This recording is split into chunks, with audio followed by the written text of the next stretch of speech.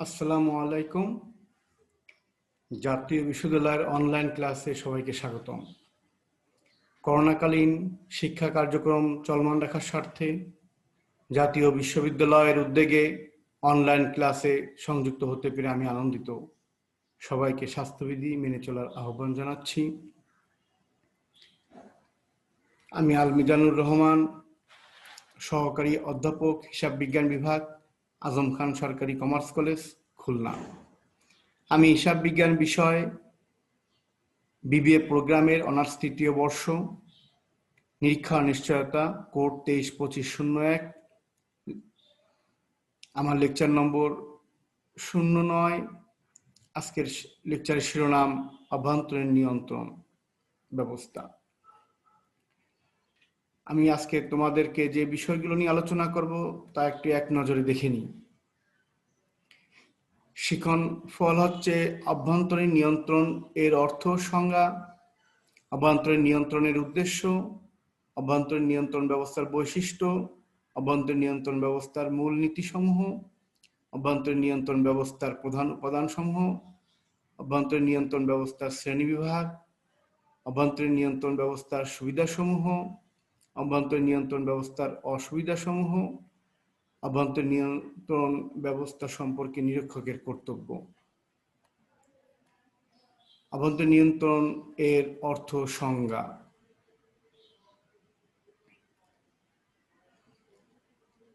অভ্যন্তরীণ নিয়ন্ত্রণ ব্যবস্থাটা কি? এটা একটু তোমাদেরকে নাম শুনলে একটু মনে হয় যে আভ্যন্তরীণ বিষয় নিয়ন্ত্রণ করা। আসলে এই কথাটা কেন আসে হচ্ছে হলো একটু বড় ধরনের প্রতিষ্ঠান, যে সকল প্রতিষ্ঠান আকারে আয়তনে বড় হয় সেই সকল প্রতিষ্ঠানে ধাপে ধাপে নিয়ন্ত্রণের প্রয়োজনীয়তা দেখা দেয়। কারণ বড় ধরনের প্রতিষ্ঠানে সবসময় ঊর্ধ্বতন কর্তৃপক্ষের নজরে রাখা সম্ভব হয় না, সকল বিষয় খেয়াল করা সম্ভব হয় না। সেই ক্ষেত্রে কার্যাবলীগুলো এমনভাবে সাজানো হয় যেন কাজগুলোর ভিতরেই নিয়ন্ত্রণ ব্যবস্থা চালু হয়ে যায়, অর্থাৎ একজনের কাজ দ্বারা আরেকজনের কাজ নিরীক্ষা হয়ে যায়, যাতে একটা নিয়ন্ত্রণের ব্যবস্থা করা সম্ভব হয়। বৃহত্তম প্রতিষ্ঠানের আকার ও আয়তন বড় হলে এর কার্যাবলীও জটিল হয়। আভ্যন্তরীণ নিয়ন্ত্রণ ব্যবস্থা মূলত এ সকল প্রতিষ্ঠানের সাথে জড়িত।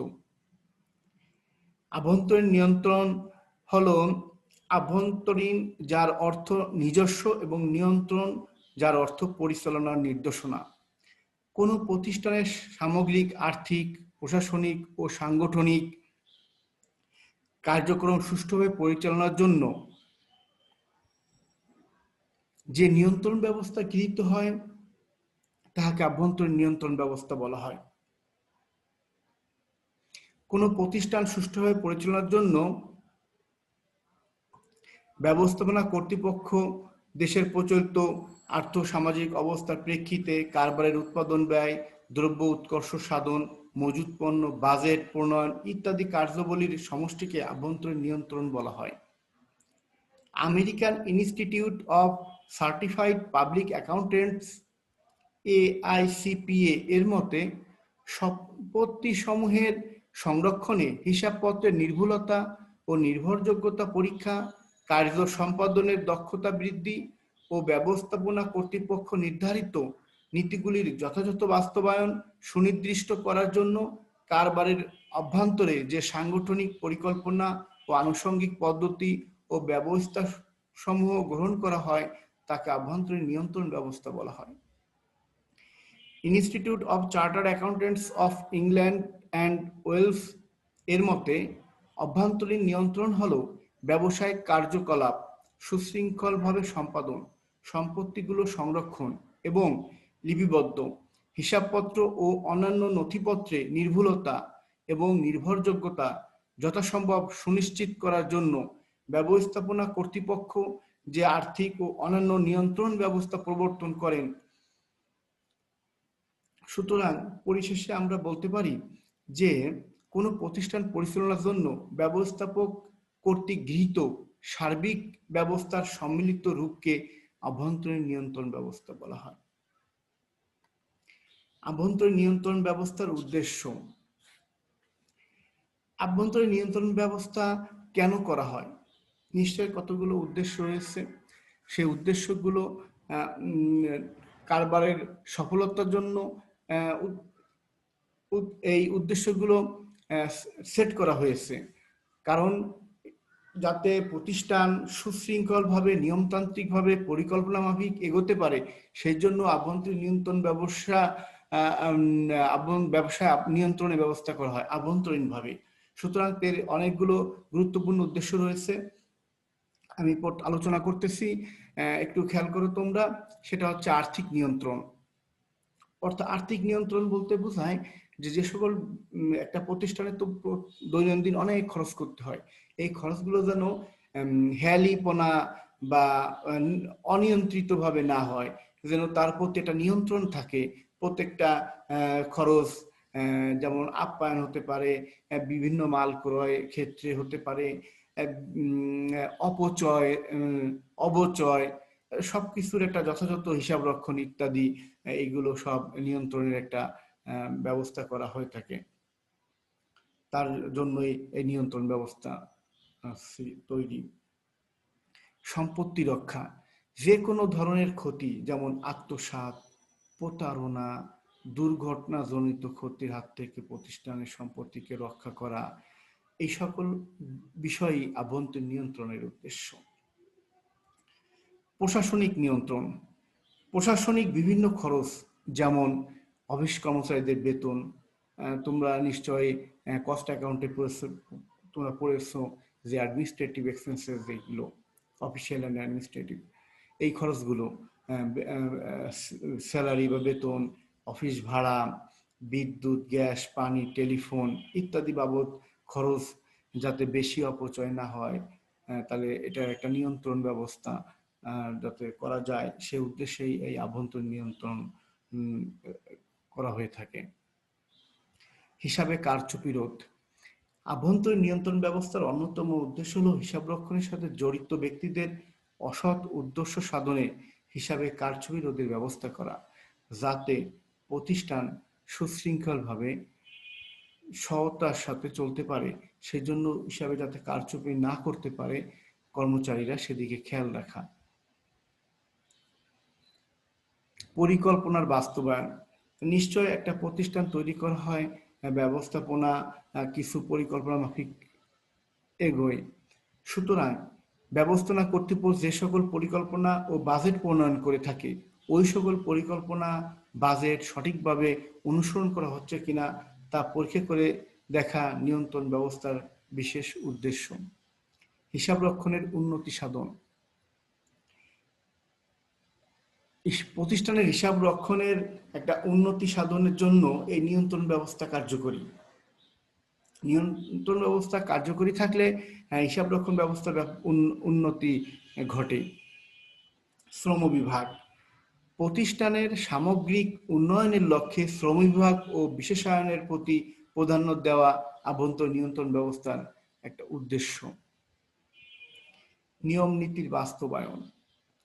প্রতিষ্ঠানের হিসাবপত্রে কোনো ভুল ত্রুটি থাকলে তা সংশোধন করা এবং পরিচালনা ও ব্যবস্থাপনা কাজে প্রযোজ্য নিয়ম নীতি বাস্তবায়ন হচ্ছে কিনা তা পরীক্ষা করা আভ্যন্তরীণ নিয়ন্ত্রণের উদ্দেশ্য। আর্থিক ফলাফল নিশ্চিত করা। প্রতিষ্ঠানের উদ্বর্তপত্র, সম্পত্তি ও দায়ের যে অবস্থা দেখাচ্ছে তার সঠিকতা, নির্ভুলতা নিশ্চিত করার জন্য আভ্যন্তরীণ নিয়ন্ত্রণ ব্যবস্থার প্রয়োজন। অর্থাৎ আভ্যন্তরীণ নিয়ন্ত্রণ ব্যবস্থা কার্যকরী থাকলে আমরা যে আর্থিক প্রতিবেদন দেখতে পাই, আর্থিক ফলাফল দেখতে পাই, সেটাকে অনেকটা কার্যকরী এবং সঠিক মনে করা হয়। আর্থিক অবস্থা নিশ্চিত করা। প্রতিষ্ঠানের যে আর্থিক অবস্থা দেখানো হয়, সে আর্থিক অবস্থা সঠিক দেখানোর জন্যই নিয়ন্ত্রণ ব্যবস্থা সৃষ্টি। মূল্যায়ন ও পরামর্শ দান।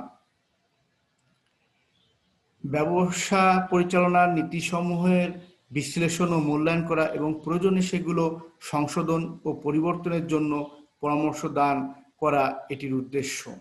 কর্মচারীদের দক্ষতা বৃদ্ধি। যদি প্রতিষ্ঠানে সুশৃঙ্খল নীতি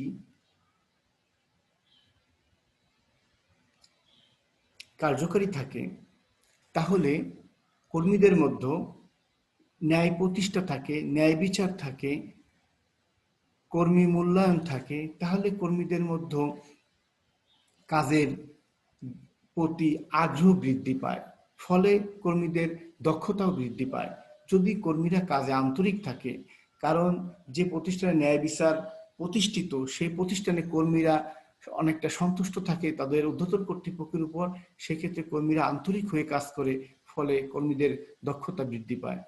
সামগ্রিক রূপরেখা: প্রতিষ্ঠানের যাবতীয় আর্থিক লেনদেন ও কাজকর্মের সামগ্রিক চিত্র তুলে ধরা আভ্যন্তরীণ নিয়ন্ত্রণ ব্যবস্থার অন্যতম উদ্দেশ্য। আধুনিক প্রযুক্তির ব্যবহার: আভ্যন্তরীণ নিয়ন্ত্রণ ব্যবস্থা কার্যকরী করার একটা উদ্দেশ্য হচ্ছে যে আধুনিক প্রযুক্তির ব্যবহার বৃদ্ধি করা, অর্থাৎ আধুনিক প্রযুক্তি সবসময় পূর্ব থেকে পরবর্তী রেজাল্ট যাতে ভালো হয়, পরবর্তী হিসাব রক্ষণ বা যে কোনো কাজে আধুনিক প্রযুক্তির ব্যবহার মানে কাজটাকে সুন্দর এবং স্বল্প সময় করা, সুন্দরভাবে এবং স্বল্প সময় করা, এই উদ্দেশ্যে আধুনিক প্রযুক্তি ব্যবহার করা হয়। তাই আভ্যন্তরীণ নিয়ন্ত্রণের একটা উদ্দেশ্য প্রতিষ্ঠানকে সুন্দর করা, সেক্ষেত্রে আধুনিক প্রযুক্তির ব্যবহার গুরুত্বপূর্ণ। ভুল ত্রুটি নিবারণ: উদ্ঘাটনের মধ্যেই আভ্যন্তরীণ নিয়ন্ত্রণ ব্যবস্থা সীমাবদ্ধ নয়, এবং এগুলো সংশোধন বা নিবারণ করাও আভ্যন্তরীণ নিয়ন্ত্রণ ব্যবস্থার উদ্দেশ্য। নির্ভরযোগ্য হিসাব: আভ্যন্তরীণ নিয়ন্ত্রণ ব্যবস্থার মাধ্যমে হিসাব রক্ষণ ও ব্যবসায়িক কার্যকলাপ তথা আর্থিক বিবরণী নির্ভুলতা ও নির্ভরযোগ্যতা সুনিশ্চিত করা যায়। যথাযথ কাজের বন্টন: আভ্যন্তরীণ নিয়ন্ত্রণ ব্যবস্থা কার্যকরী থাকলে সেক্ষেত্রে ঊর্ধ্বতন কর্তৃপক্ষ কাজ বন্টনের ক্ষেত্রে যথাযথ ব্যক্তিকে দিয়ে, অভিজ্ঞতা সম্পন্ন দক্ষতা সম্পন্ন ব্যক্তিকে দিয়ে কাজটি করানো হয়, সেক্ষেত্রে কাজটা সঠিকভাবে সম্পন্ন হওয়া সম্ভব হয়, কাজের যথাযথ বন্টনও সম্ভব হয়। মান নিয়ন্ত্রণ: উৎপাদনকারী প্রতিষ্ঠানসমূহের উৎপাদিত পণ্যের মান নিয়ন্ত্রণ এবং সেবামূলক প্রতিষ্ঠানের সেবার মান নিয়ন্ত্রণ করা আভ্যন্তরীণ নিয়ন্ত্রণের একটা উদ্দেশ্য। নির্ভরযোগ্য হিসাব ব্যবস্থা: আসলে আভ্যন্তরীণ নিয়ন্ত্রণ ব্যবস্থা মূলত করা হয় একটা সঠিক, সুন্দর এবং ভালো একটা ভালোভাবে কার্যকরী করার জন্য প্রতিষ্ঠানটাকে নিয়ন্ত্রণ করা দরকার, সে উদ্দেশ্যে আভ্যন্তরীণ নিয়ন্ত্রণ ব্যবস্থা সৃষ্টি। সুতরাং এটা অবশ্যই নির্ভরযোগ্য একটা হিসাব ব্যবস্থা হয়ে থাকে, যার ফলে প্রতিষ্ঠান কার্যত উপকৃত হয় এবং প্রতিষ্ঠানের সার্বিক কাজগুলো সুন্দরভাবে, সফলভাবে সম্পন্ন হয়। সুতরাং বড় বড় প্রতিষ্ঠানের ক্ষেত্রে আভ্যন্তরীণ নিয়ন্ত্রণ ব্যবস্থা খুবই কার্যকরী, কারণ বড় বড় প্রতিষ্ঠানের ক্ষেত্রে আভ্যন্তরীণ নিয়ন্ত্রণ ব্যবস্থা না থাকলে প্রতিষ্ঠানে বিশৃঙ্খলা দেখা দেয়, প্রতিষ্ঠান তার নীতি পরিকল্পনা মাফিক এগোতে পারে না। সুতরাং আভ্যন্তরীণ নিয়ন্ত্রণ ব্যবস্থা একটা গুরুত্বপূর্ণ বিষয়। আভ্যন্তরীণ নিয়ন্ত্রণ ব্যবস্থার বৈশিষ্ট্য: আভ্যন্তরীণ নিয়ন্ত্রণ ব্যবস্থার বেশ কিছু বৈশিষ্ট্য রয়েছে। আসলে এইসব বৈশিষ্ট্যগুলোর কারণে আভ্যন্তরীণ নিয়ন্ত্রণ ব্যবস্থার সৃষ্টি। তার মধ্যে হচ্ছে সুনির্দিষ্ট দায়িত্ব ও কর্তব্য বন্টন। এর মূল বৈশিষ্ট্য হচ্ছে যে আমি কাকে দিয়ে কাজটা করালে কাজটা সুন্দর হবে, কাজে নিয়ন্ত্রণ প্রতিষ্ঠা পাবে। কারণ যিনি ঊর্ধ্বতন কর্তৃপক্ষ যখন প্রতিষ্ঠানকে নিয়ন্ত্রণে রাখার চেষ্টা করে, তখন তাকে প্রথমে চিন্তা করতে হয় যে আমার এই কাজটা কাকে দিয়ে করালে সুন্দরভাবে সম্পন্ন হবে। সেক্ষেত্রে তিনি সুনির্দিষ্ট দায়িত্ব দিয়ে থাকেন, আর দায়িত্ব সুনির্দিষ্ট থাকে কাকে কি কাজ করতে হবে, এবং কর্তব্য ঠিক মতো বন্টন করে দেন, যাতে কাজটা সঠিকভাবে পরিকল্পনা মাফিক সময় মতো সম্পন্ন হয়। মজবুত সাংগঠনিক কাঠামো: কার্যকরী আভ্যন্তরীণ নিয়ন্ত্রণ ব্যবস্থার একটি অন্যতম বৈশিষ্ট্য হলো প্রতিষ্ঠানের সাংগঠনিক কাঠামো মজবুত ও দৃঢ় হতে হবে। অর্থাৎ সংগঠনের নিম্ন স্তর হতে উচ্চ স্তর পর্যন্ত সাংগঠনিক কাঠামোতে কোনো দুর্বলতা থাকতে পারবে না। এর জন্য প্রয়োজন সংগঠনের প্রতিটি স্তরে যোগ্য ও দক্ষতাপূর্ণ নিয়োগ ও দক্ষতা ভিত্তিতে পদোন্নতির ব্যবস্থা করা, যাতে সকলে মনোযোগের সাথে কাজ করে কাজটা সুন্দরভাবে সম্পন্ন হয়। শ্রম বিভাজন ও বিশেষায়ন। আভ্যন্তরীণ নিয়ন্ত্রণ ব্যবস্থা শ্রম বিভাজন ও বিশেষায়ন অনুযায়ী কাজগুলো বন্টন করার ব্যবস্থা করা হয়। এর ফলে একদিকে শ্রম কর্মচারীদের কাজে যেমন আগ্রহ বাড়ে, তেমনি তাদের দক্ষতা ও অভিজ্ঞতা বাড়ে। আর্থিক নিয়ন্ত্রণ। আর্থিক নিয়ন্ত্রণ আভ্যন্তরীণ নিয়ন্ত্রণ ব্যবস্থা একটি গুরুত্বপূর্ণ অংশ। কারণ যদি নিয়ন্ত্রণ ব্যবস্থা কার্যকরী থাকে তাহলে আর্থিক নিয়ন্ত্রণ সম্ভব হয়। কারণ আর্থিক বিষয়গুলো একটা প্রতিষ্ঠানের জন্য খুবই গুরুত্বপূর্ণ। প্রত্যেকটা ব্যয়ের ক্ষেত্রে একটা নিয়ন্ত্রণ ব্যবস্থা কার্যকরী করা নিয়ন্ত্রণ ব্যবস্থার গুরুত্বপূর্ণ বৈশিষ্ট্য। কার্যের মূল্যায়ন ও পর্যবেক্ষণ। সুষ্ঠু অভ্যন্তরীণ নিয়ন্ত্রণ ব্যবস্থায় বন্টিত কার্যের মূল্যায়ন ও পর্যবেক্ষণের ব্যবস্থা না থাকলে প্রতিষ্ঠানের উদ্দেশ্য ব্যাহত হতে পারে। প্রশাসনিক নিয়ন্ত্রণ।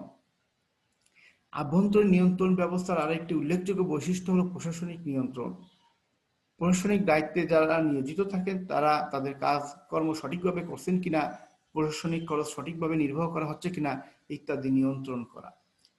হিসাবপত্রের নিয়ন্ত্রণ। ব্যবসার হিসাবপত্র যাতে নির্ভরযোগ্য হয় এবং উক্ত হিসাবপত্রে ব্যবসার প্রকৃত আর্থিক অবস্থা চিত্র যাতে প্রতিফলিত হয় সেজন্য প্রয়োজনীয় নিয়ন্ত্রণ ব্যবস্থা গ্রহণ করা। ক্ষমতা অর্পণ। প্রতিষ্ঠানের সব দায়িত্ব একজনের না দিয়ে দক্ষতা, অভিজ্ঞতা ও গুণাবলী বিবেচনা করে বিভিন্ন কর্মীদের মতো দায়িত্ব বন্টন করা এবং যে যার দায়িত্ব সঠিকভাবে পালন করবে, এটাই আভ্যন্তরীণ নিয়ন্ত্রণের বৈশিষ্ট্য। সম্পত্তি সংরক্ষণ। আভ্যন্তরীণ নিয়ন্ত্রণ ব্যবস্থা ব্যবসায়ের সম্পত্তিগুলোর নিরাপত্তার জন্য উক্ত সম্পত্তি রক্ষণাবেক্ষণের দায়িত্ব ও উহাদের ব্যবহার ও বিক্রয় সংক্রান্ত দলিলপত্র প্রণয়নের দায়িত্ব কোনো ক্ষমতাপ্রাপ্ত কর্মীর ওপর ন্যস্ত করা হয়। সুষ্ঠু কর্মপরিবেশ। আভ্যন্তরীণ নিয়ন্ত্রণ ব্যবস্থা কার্যকরী থাকলে কর্মপরিবেশ সুন্দর হয়, সেখানে কাজ করে কর্মচারীরা আনন্দ পায়। সুতরাং সার্বিক সবকিছু মিলেই কাজের ক্ষেত্র তৈরি হয়। কর্মীরা কাজ করে ওন করে, কাজের প্রতি সন্তুষ্ট থাকে। হিসাবপত্রের সাথে সম্পত্তির পরীক্ষা। কারবারের সকল সম্পত্তি হিসাবে দেখানো হয়েছে কিনা অথবা হিসাবে যে সকল সম্পত্তি দেখানো হয়েছে তা যথার্থ কিনা তা পরীক্ষা করা আভ্যন্তরীণ নিয়ন্ত্রণের একটা গুরুত্বপূর্ণ বৈশিষ্ট্য। মূলধন ও মুনাফা জাতীয় লেনদেনে পার্থক্য করো।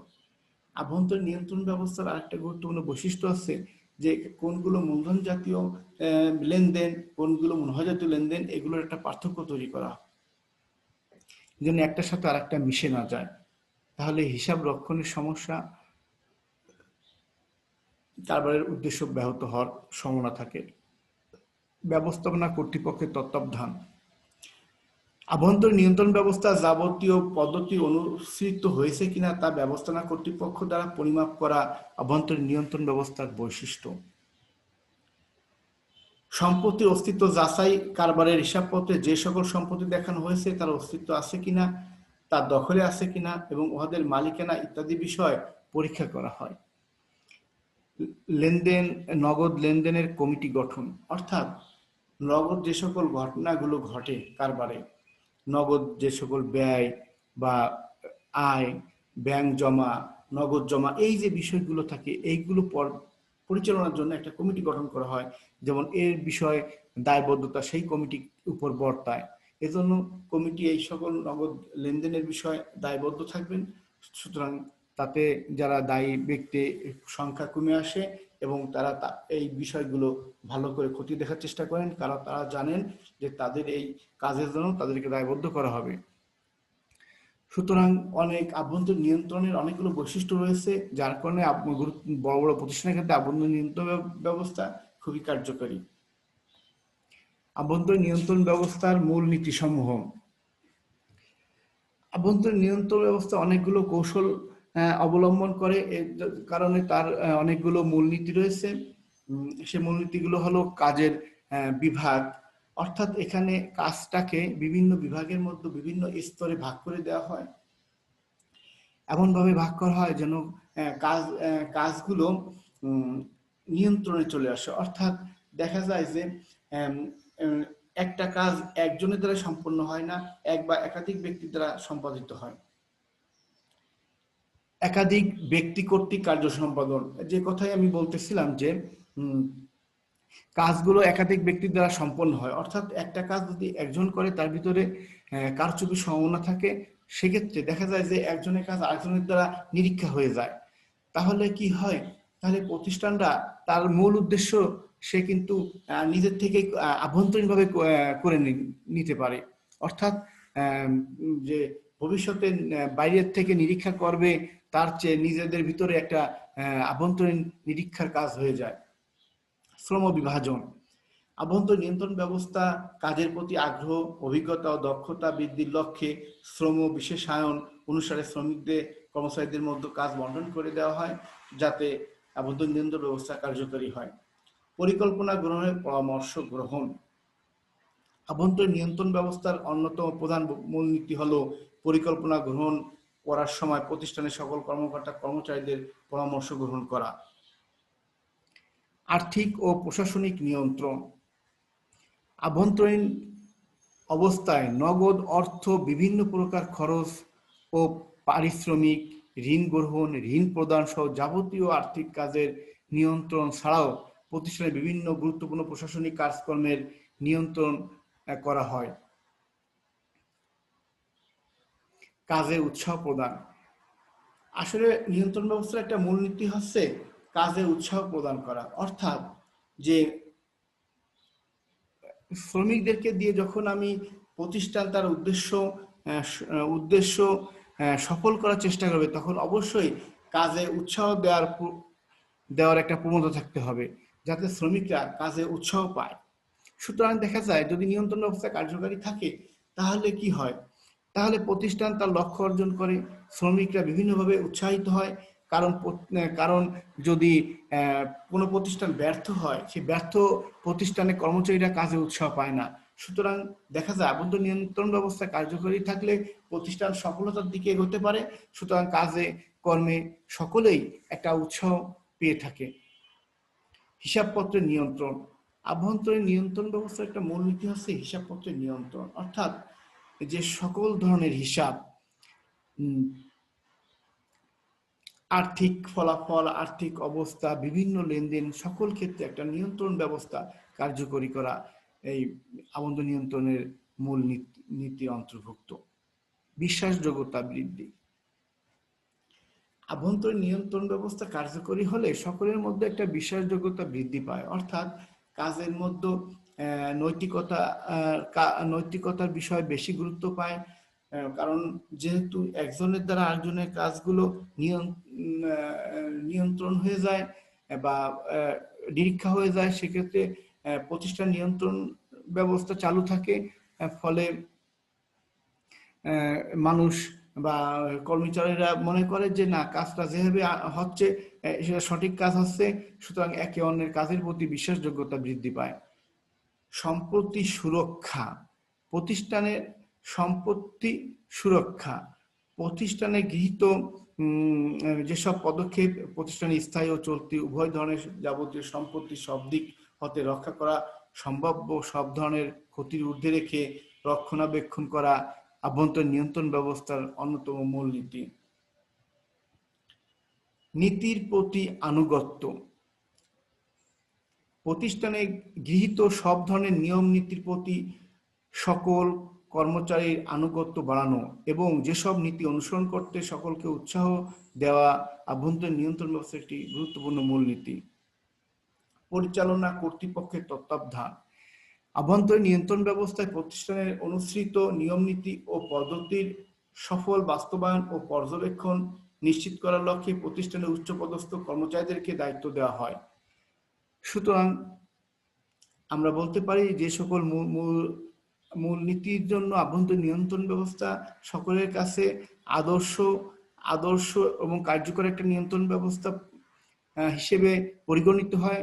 তা হচ্ছে এই কাজগুলো, যে কাজগুলো যে ব্যবস্থাগুলোর কথা আমি এত সময় আলোচনা করলাম, এইগুলো আভ্যন্তরীণ নিয়ন্ত্রণ ব্যবস্থার মূল নীতি। আভ্যন্তরীণ নিয়ন্ত্রণ ব্যবস্থার উপাদান।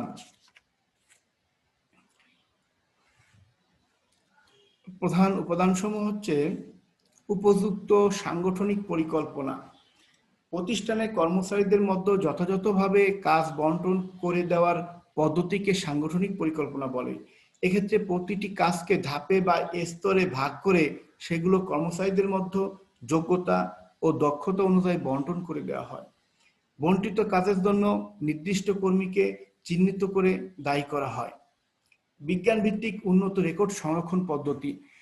আভ্যন্তরীণ নিয়ন্ত্রণ ব্যবস্থার দ্বিতীয় প্রধান উপাদান হলো প্রতিষ্ঠানে যেসব লেনদেন সংগঠিত হয়েছে তাতে উপযুক্ত কর্তৃপক্ষের অনুমোদন আছে কিনা এবং সংগঠিত লেনদেনগুলো সঠিকভাবে সংরক্ষিত হয়েছে কিনা ইত্যাদি পরীক্ষা করা প্রয়োজন। লেনদেন সুরক্ষার মাধ্যমে প্রতিষ্ঠানের সম্পত্তি সুরক্ষা নিশ্চিত করা যায়। এর ফলে মূলধন জাতীয় মুনাফা জাতীয় হিসাব ব্যবস্থা নিয়ন্ত্রণ করা সম্ভব হয়। আভ্যন্তরীণ নিবারণ ব্যবস্থার প্রয়োগ। আভ্যন্তরীণ নিবারণ ব্যবস্থা প্রয়োগ করা আভ্যন্তরীণ নিয়ন্ত্রণ ব্যবস্থা অন্যতম গুরুত্বপূর্ণ উপাদান। কারবারের কর্মচারীদের মধ্যে হিসাব সংক্রান্ত কোনো কাজ এমনভাবে বন্টন করা হয় যাতে প্রথম থেকে শেষ পর্যন্ত যে সকল কাজ রয়েছে সেগুলো একজনের দ্বারা বা দায়িত্বশীল ব্যক্তি একজনের উপর না দিয়ে দেখা যায় এক বা একাধিক লোক দ্বারা কাজগুলো সম্পন্ন হয়। ফলে আভ্যন্তরীণ নিবারণ ব্যবস্থা প্রয়োগ হলে আভ্যন্তরীণ নিয়ন্ত্রণ কার্যকরী হয়। অভ্যন্তরীণ নিরীক্ষা। অভ্যন্তরীণ নিরীক্ষা ব্যবস্থার প্রয়োগ এবং উত্তম আভ্যন্তরীণ নিয়ন্ত্রণ ব্যবস্থা আরেকটি গুরুত্বপূর্ণ ও প্রয়োজনীয় উপাদান। এক্ষেত্রে প্রতিষ্ঠানের উপযুক্ত ব্যক্তি দ্বারা প্রতিটি লেনদেন প্রয়োগ করা হচ্ছে কিনা তা পরিচালনা কর্তৃপক্ষের দ্বারা সঠিকভাবে তত্ত্বাবধান ব্যবস্থা এবং গৃহীত পদ্ধতির ফলাফল নির্দিষ্ট সময় অন্তর পর্যবেক্ষণ ও পর্যালোচনা করা আভ্যন্তরীণ নিয়ন্ত্রণ ব্যবস্থার একটি অন্যতম কাজ। সুষ্ঠু অভ্যাস ও ঐতিহ্যের প্রয়োজনীয়তা। প্রতিষ্ঠানের মধ্যে সুষ্ঠু অভ্যাস ও ঐতিহ্যের প্রয়োজনীয়তা অস্বীকার করা উচিত নয়, কেননা সংগঠনের বিভিন্ন বিভাগের কার্যাবলী ও কর্তব্য সম্পাদনের জন্য এটি অত্যন্ত গুরুত্বপূর্ণ। যোগ্যতা সম্পন্ন কর্মী গোষ্ঠী। কারবারে নিয়োজিত কর্মীদেরগণ উচ্চ যোগ্যতা সম্পন্ন হবেন কি যারা নিজেদের দায়িত্ব সম্পর্কে পুরোপুরি সচেতন থাকবেন এবং যাদের উপযুক্ত প্রশিক্ষণ ও সামর্থ্য থাকবে। পরিশেষে আমরা বলতে পারি আভ্যন্তরীণ নিয়ন্ত্রণ ব্যবস্থা কার্যকরী করতে গেলে যে এই উপাদানগুলো অত্যন্ত গুরুত্বপূর্ণ ভূমিকা পালন করে থাকে এবং প্রতিষ্ঠান তার পরিকল্পনা মাফিক এগোতে পারে। আভ্যন্তরীণ নিয়ন্ত্রণ ব্যবস্থা শ্রেণীবিভাগ। আভ্যন্তরীণ নিয়ন্ত্রণ ব্যবস্থার অনেকগুলো শ্রেণীতে ভাগ করা হয়। প্রতিষ্ঠান ভেদে শ্রেণী বিভাগ কম বেশি হয়ে থাকে, তা আমি তোমাদের সামনে কিছু বিষয় আলোচনা করতেছি। নগদ অর্থ নিয়ন্ত্রণ। আসলে আভ্যন্তরীণ নিয়ন্ত্রণ ব্যবস্থায় নগদ অর্থ নিয়ন্ত্রণ করার একটা গুরুত্ব রয়েছে, কারণ নগদ অর্থ নিয়ন্ত্রণ করা একটা গুরুত্বপূর্ণ বিষয় এই কারণে যে কারবারে প্রচুর অর্থের নগদ লেনদেন ঘটে থাকে। এই নগদ লেনদেনগুলো একটা নিয়ন্ত্রণের মধ্যে আনা, সঠিক হিসাব যাতে প্রতিফলিত হয়, খরচের ক্ষেত্রে যেমন কিভাবে কস্ট কন্ট্রোল করে আনা যায়, অর্থাৎ নগদ অর্থের আয় ব্যয়গুলো প্রতিষ্ঠানে কর্তৃপক্ষের নিয়ন্ত্রণের মধ্যে রাখা। আর্থিক নিয়ন্ত্রণ। অর্থ ছাড়া কোনো প্রতিষ্ঠানই পরিচালিত হতে পারে না। কর বিধি বা কারবারি প্রতিষ্ঠানের ক্ষেত্রে পণ্য উৎপাদন থেকে শুরু করে পণ্য ক্রয় বিক্রয় প্রতিটি পদক্ষেপ অর্থনৈতিক কাজ সুষ্ঠুভাবে পরিচালনা করার জন্য প্রতিষ্ঠানে একটা সুনির্দিষ্ট আর্থিক পরিকল্পনা থাকা প্রয়োজন এবং সুনির্দিষ্ট আর্থিক পরিকল্পনা থাকলেই আর্থিক অবস্থাটা নিয়ন্ত্রণ সম্ভব হয়। লেনদেন নিয়ন্ত্রণ। প্রতিষ্ঠানের লেনদেন গুলো নিয়ন্ত্রণের ব্যবস্থা থাকতে হবে, কারণ যে লেনদেন অহরহ বিষয়গুলো যাতে নিয়ন্ত্রণের মধ্যে থাকে, প্রতিষ্ঠান যাতে নিয়ন্ত্রণ মাফিক এগোয় সেদিকে খেয়াল রাখতে হবে। কারণ একটা প্রতিষ্ঠানে ব্যাপক প্রতিদিন অনেক লেনদেন সংঘটিত হবে, সেইগুলো একটা নিয়ন্ত্রণের মধ্যে আনা কর্তৃপক্ষের আয়ত্তের মধ্যে রাখা গুরুত্বপূর্ণ। চলতি সম্পত্তি নিয়ন্ত্রণ, বিভিন্ন প্রকার অনুপাত, নগদ প্রবাহ বিবরণী, মজুদ বিবরণী, দেনাদার তালিকা বিবরণী ইত্যাদির সাহায্যে প্রতিষ্ঠানের চলতি সম্পত্তির সাথে চলতি দায়ের তুলনার মাধ্যমে সামঞ্জস্যতা বিধান করা যায়। প্রতিষ্ঠানে কি পরিমাণ মজুদ থাকা প্রয়োজন, কি পরিমাণ ধারে বিক্রয় করা দরকার, এসব বিষয় নিয়ন্ত্রণে থাকা প্রয়োজন। বিনিয়োগ নিয়ন্ত্রণ,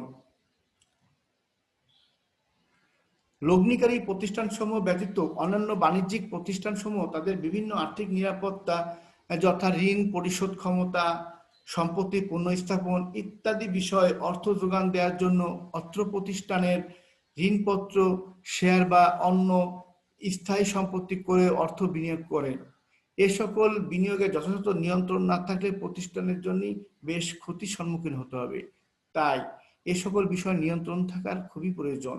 স্থায়ী সম্পত্তি নিয়ন্ত্রণ, প্রত্যেকটা প্রতিষ্ঠানে দালান কোঠা, আসবাবপত্র, মেশিনারিজ, অফিস সরঞ্জাম, ভূমি ইত্যাদি থেকে থাকে।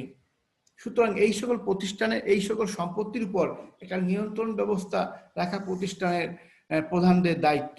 তার কারণ যে স্থায়ী সম্পত্তিগুলো যেন ক্ষতি কিভাবে ক্ষতি ব্যবহৃত হচ্ছে, তার ক্ষতি কেমন ক্ষতি হচ্ছে, কারণ এবং সেই ব্যবহারগুলো যেন নিয়ন্ত্রণের মধ্যে আনা যায়, এই জন্য এই স্থায়ী সম্পত্তিগুলোর প্রতি একটা নিয়ন্ত্রণ ব্যবস্থা থাকা খুবই গুরুত্বপূর্ণ। মজুদ পণ্য নিয়ন্ত্রণ, প্রত্যেকটা উৎপাদনকারী প্রতিষ্ঠান বা যে সকল পণ্য, যে সকল প্রতিষ্ঠান পণ্য বিক্রয়ের সাথে জড়িত তাদের প্রত্যেকেরই একটা মজুদ ব্যবস্থা থাকে, পণ্য মজুদ রাখতে হয়। এই মজুদ রাখতে গেলে এই মজুদের প্রতি একটা নিয়ন্ত্রণ ব্যবস্থা রাখতে হয়। অর্থাৎ আমি কি পরিমাণ পণ্য ক্রয় করব, একবারে পণ্য বেশি ক্রয় করব, নাকি আবার বেশি ক্রয় করলে আবার মজুদের ভাড়া, গোডাউনের ভাড়া বেশি পড়ে যাবে, আবার কম করে করলে বারবার মাল আনতে খরচ পড়বে। এবার কিভাবে মজুদ কি পরিমাণ মাল ক্রয় করলে এর সর্বোচ্চ সীমা, সর্বনিম্ন সীমা, এইগুলো খেয়াল করতে, বাজারে পণ্যের চাহিদা সবগুলো খেয়াল করে কি পরিমাণ পণ্য ক্রয় করলে আমার ক্রয় খরচ কম পড়বে, এদিকে লক্ষ্য রেখে এই মজুদ পণ্যের একটা নিয়ন্ত্রণ ব্যবস্থা কার্যকরী করতে হয়। পারিশ্রমিক নিয়ন্ত্রণ, দেখা গেল যে আমরা শ্রমিকদের ভিতরে যে পারিশ্রমিক দিয়ে থাকি সে বিষয়ে আমরা একটা নিয়ন্ত্রণ ব্যবস্থা কার্যকরী করতে হয়। যেমন দেখা যায় অনেক অভিজ্ঞ সম্পন্ন, যোগ্যতা সম্পন্ন শ্রমিককে আমরা যদি বেতন অনভিজ্ঞ অযোগ্য শ্রমিকদের মতন করে সমান করে দেওয়ার চেষ্টা করি, তাহলে নিশ্চয়ই সেই যোগ্যতা সম্পন্ন শ্রমিক থাকবে না। সুতরাং কিভাবে কাজ করলে শ্রমিকরা কাজে উৎসাহ পাবে এবং প্রতিষ্ঠানেরও পারিশ্রমিক ব্যাপারে একটা নিয়ন্ত্রণ ব্যবস্থা কার্যকরী হবে, সেদিকে লক্ষ্য রেখেই পারিশ্রমিকের প্রতি একটা নিয়ন্ত্রণ ব্যবস্থা গ্রহণ করতে হয়। ঋণ নিয়ন্ত্রণ, দেখা যায় যে শুধুমাত্র যদি ঋণ গ্রহণ করলে টাকা আসে, ঋণ গ্রহণ করলে টাকা আসে কিন্তু সুদ প্রদান করতে হয়। আবার ঋণ প্রদান করলে সুদ পাওয়া যায়, কিন্তু এটা আমার জন্য কোন বিষয়টা, কারবারের জন্য কোন বিষয়টা লাভজনক, এদিকে খেয়াল রেখে এই ক্ষেত্রে একটা নিয়ন্ত্রণ ব্যবস্থা কার্যকরী করতে হবে। শুধু ঋণ আনলাম কিন্তু আমার আয় বাড়াতে পারলাম না, তাহলে তো আমাকে সুদ প্রদান করতে হবে, সেক্ষেত্রে প্রতিষ্ঠান ক্ষতিগ্রস্ত হবে। আবার আমি বিনিয়োগ করে টাকা কিছু সুদ পেলাম, তার চেয়ে যদি আমার প্রতিষ্ঠানকে সম্প্রসারণ করা সম্ভব হয় তাহলে সেটা প্রতিষ্ঠানের জন্য অনেক সুনাম বয়ে আনবে। সেক্ষেত্রে আমাকে সে বিষয়ে প্রতিষ্ঠানকে ঋণ নিয়ন্ত্রণের প্রতি একটা দায়িত্বশীল হতে হবে। হিসাব সংক্রান্ত নিয়ন্ত্রণ, সর্বোপরি হিসাব সংক্রান্ত বিষয় নিয়ন্ত্রণ ব্যবস্থা রাখা খুবই গুরুত্বপূর্ণ। হিসাবে ভুল, জালিয়াতি, হিসাবে যে সকল রক্ষণাবেক্ষণ ব্যবস্থা আছে, জাবেদা ভুক্তি, খতিয়ান, ক্রয় বিক্রয় হিসাব, আর্থিক অবস্থা নিরূপণ, আর্থিক ফলাফল নিরূপণ, এই সকল বিষয়ের প্রতি খেয়াল রাখতে হবে। লেনদেনের সত্যতা যাচাইয়ের প্রতি খেয়াল রাখতে হবে। স্থায়ী সম্পত্তি দায়ের অস্তিত্ব যাচাইকরণের প্রতি খেয়াল রাখতে হবে। সর্বোপরি হিসাব সংক্রান্ত বিষয় নিয়ন্ত্রণ ব্যবস্থা কার্যকরী করতে হবে। আভ্যন্তরীণ নিয়ন্ত্রণ ব্যবস্থার সুবিধাসমূহ। আভ্যন্তরীণ নিয়ন্ত্রণ ব্যবস্থা অনেক সুবিধা রয়েছে। সেই সুবিধাগুলো আমি একটু সংক্ষেপে আলোচনা করার চেষ্টা করছি, আপনারা একটু মনোযোগ দিয়ে শুনবেন। সার্বিক চিত্র। সার্বিক চিত্র হচ্ছে প্রতিষ্ঠানে আভ্যন্তরীণ নিয়ন্ত্রণ ব্যবস্থা চালু থাকলে বিভাগ, উপবিভাগ, শাখা, কর্মীদের কাজের প্রতি আগ্রহ, সকল বিষয়ে একটা কার্যকরী ফলাফল দেখা যায়। আর্থিক ও প্রশাসনিক নিয়ন্ত্রণ। আভ্যন্তরীণ নিয়ন্ত্রণ ব্যবস্থা কার্যকরী থাকলে আর্থিক ও প্রশাসনিক বিষয় নিয়ন্ত্রণ ব্যবস্থা কার্যকরী হয়। শ্রম বিভাগ ও বিশেষায়ন। আভ্যন্তরীণ নিয়ন্ত্রণ ব্যবস্থার ফলে আধুনিক শ্রম বিভাগ ও বিশেষায়নের সুবিধা পাওয়া যায়। প্রতিষ্ঠানের কর্মচারীদের যোগ্যতা, দক্ষতা, অভিজ্ঞতা অনুযায়ী শ্রম বিভাগের মাধ্যমে কার্য বন্টন করা হয়। কাজে আনন্দ ও দক্ষতা বৃদ্ধি। যোগ্যতা ও অভিজ্ঞতা অনুযায়ী কাজ বন্টন করা হয় বিধায় শ্রমিকরা কাজে আনন্দ পায় এবং তাদের দক্ষতা বৃদ্ধি পায়। উপদেশ ও পরামর্শ দানের সুবিধা। আভ্যন্তরীণ নিয়ন্ত্রণ ব্যবস্থার কারণে প্রতিষ্ঠানের শৃঙ্খলা রক্ষা পায়। প্রতিটি বিভাগে বিশেষ জ্ঞানসম্পন্ন লোক নিয়োগ করা হয় বলে কোনো বিশেষ বিষয়ে তাদেরকে উপদেশ ও পরামর্শ দানের সুবিধা হয়।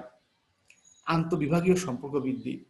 আভ্যন্তরীণ নিয়ন্ত্রণ ব্যবস্থা কার্যকরী থাকলে আন্তঃবিভাগের মধ্যে, শ্রমিক কর্মচারীদের মধ্যে এই একটা সম্পর্কের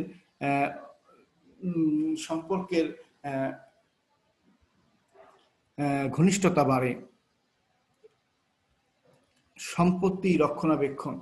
আভ্যন্তরীণ নিয়ন্ত্রণ ব্যবস্থা কার্যকরী থাকলে সম্পত্তি রক্ষণাবেক্ষণের সুবিধা হয়। জালিয়াতি ও প্রতারণা। আভ্যন্তরীণ নিয়ন্ত্রণ ব্যবস্থা কার্যকরী থাকলে জালিয়াতি, ভুল ত্রুটি উদ্ঘাটন সহজ হয়। জালিয়াতি, প্রতারণা বা কারচুপি এগুলো প্রতিরোধ করা সম্ভব হয়। উদ্ঘাটন করা যেমন সম্ভব হয়, তেমনি এর প্রতিরোধ করা সম্ভব হয়। দায়ী কর্মচারীদেরকে চিহ্নিতকরণ।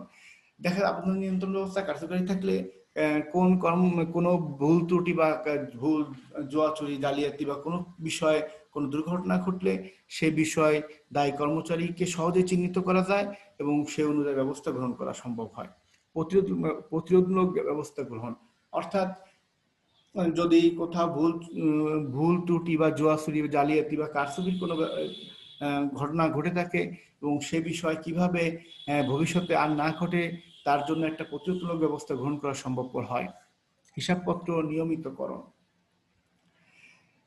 আভ্যন্তরীণ নিয়ন্ত্রণ ব্যবস্থা কার্যকরী থাকলে প্রতিদিনের হিসাবের আপডেটগুলো তৈরি করা সম্ভবপর হয়। এতে প্রতিষ্ঠান অনেক সুবিধা ভোগ করে থাকে। মূলধন ব্যবস্থা নিশ্চিতকরণ ও মূলধনের সুরক্ষা। আভ্যন্তরীণ নিয়ন্ত্রণ ব্যবস্থা কার্যকরী হলে মূলধনের ব্যবহার কার্যকরী করা হয় এবং মূলধনকে সঠিকভাবে ব্যবহার করা হয় এবং এতে মূলধনের সুরক্ষা তৈরি হয়। নির্দিষ্ট সময় পর প্রতিবেদন প্রকাশ। আভ্যন্তরীণ নিয়ন্ত্রণ ব্যবস্থা কার্যকরী থাকলে দেখা যায় কাজে সবসময় হিসাবটা আপডেট থাকে, ফলে নির্দিষ্ট সময়ের মধ্যেই প্রতিবেদন প্রকাশ করা সম্ভব হয়। নিরীক্ষার ব্যয় হ্রাস।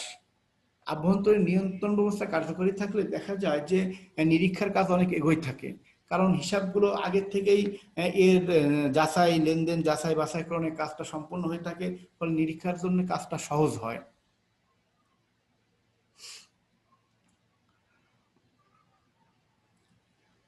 এবং নিরীক্ষা ব্যয়ও হ্রাস পায়। নৈতিক প্রভাব। আভ্যন্তরীণ নিয়ন্ত্রণ ব্যবস্থার দ্বারা নৈতিক প্রভাব গুরুত্বপূর্ণ ভূমিকা পালন করে, কারণ যেহেতু সবাই সুন্দরভাবে কাজ করার চেষ্টা করে সেহেতু স্বাভাবিক একটা নৈতিকতা, মূল্যবোধ দেখা দেয়। আধুনিক প্রযুক্তি ব্যবহার। আসলে আধুনিক প্রযুক্তি ব্যবহার কাজকে সুন্দর, সঠিক এবং সুশৃঙ্খলভাবে এগিয়ে নিয়ে যায়। তাই আভ্যন্তরীণ নিয়ন্ত্রণ ব্যবস্থায় আধুনিক প্রযুক্তির ব্যবহার যুক্তিযুক্ত। বিশ্বাসযোগ্যতা বৃদ্ধি। আসলে একটা প্রতিষ্ঠান যখন সঠিকভাবে কাজ এগোয় তখন সকলের ভিতরে একটা বিশ্বাসযোগ্যতা বৃদ্ধি পায়। সর্বোপরি আভ্যন্তরীণ নিয়ন্ত্রণ ব্যবস্থা প্রতিষ্ঠানকে পরিকল্পনাভাবিক, সুন্দর, সফলভাবে তার উদ্দেশ্য সফল হতে সাহায্য করে। আভ্যন্তরীণ নিয়ন্ত্রণ ব্যবস্থার অসুবিধা সমূহ আসলে অনেক যে কোনো বড় প্রতিষ্ঠানের ক্ষেত্রে যেমন সুবিধা রয়েছে, তেমনি আভ্যন্তরীণ নিয়ন্ত্রণ ব্যবস্থার কিছু অসুবিধাও থাকে, যে যে বিষয়গুলো অত গুরুত্ব বহন করে না। যেমন উপযুক্ত নিয়ন্ত্রণ ব্যবস্থা স্থিরকরণ, আসলে অনেক সময় একটু সমস্যা হয়ে যায় যে আর কিরকম নিয়ন্ত্রণ ব্যবস্থা হলে বিষয়টা কার্যকরী হবে, এটা স্থির করা অনেক সময় একটু জটিল আকার ধারণ করে। পরামর্শমূলক নিয়ন্ত্রণ ব্যবস্থার অনুপস্থিতি, অনেক সময় পরামর্শমূলক নিয়ন্ত্রণ ব্যবস্থার অনুপস্থিতি দেখা দেয়। ব্যয়বহুল, আর দেখা যায় আভ্যন্তরীণ নিয়ন্ত্রণ ব্যবস্থা কার্যকরী করতে গেলে শ্রমিক কর্মচারীর সংখ্যা বেড়ে যায়, অনেক সময় এটা ব্যয়বহুল হয়ে যায়।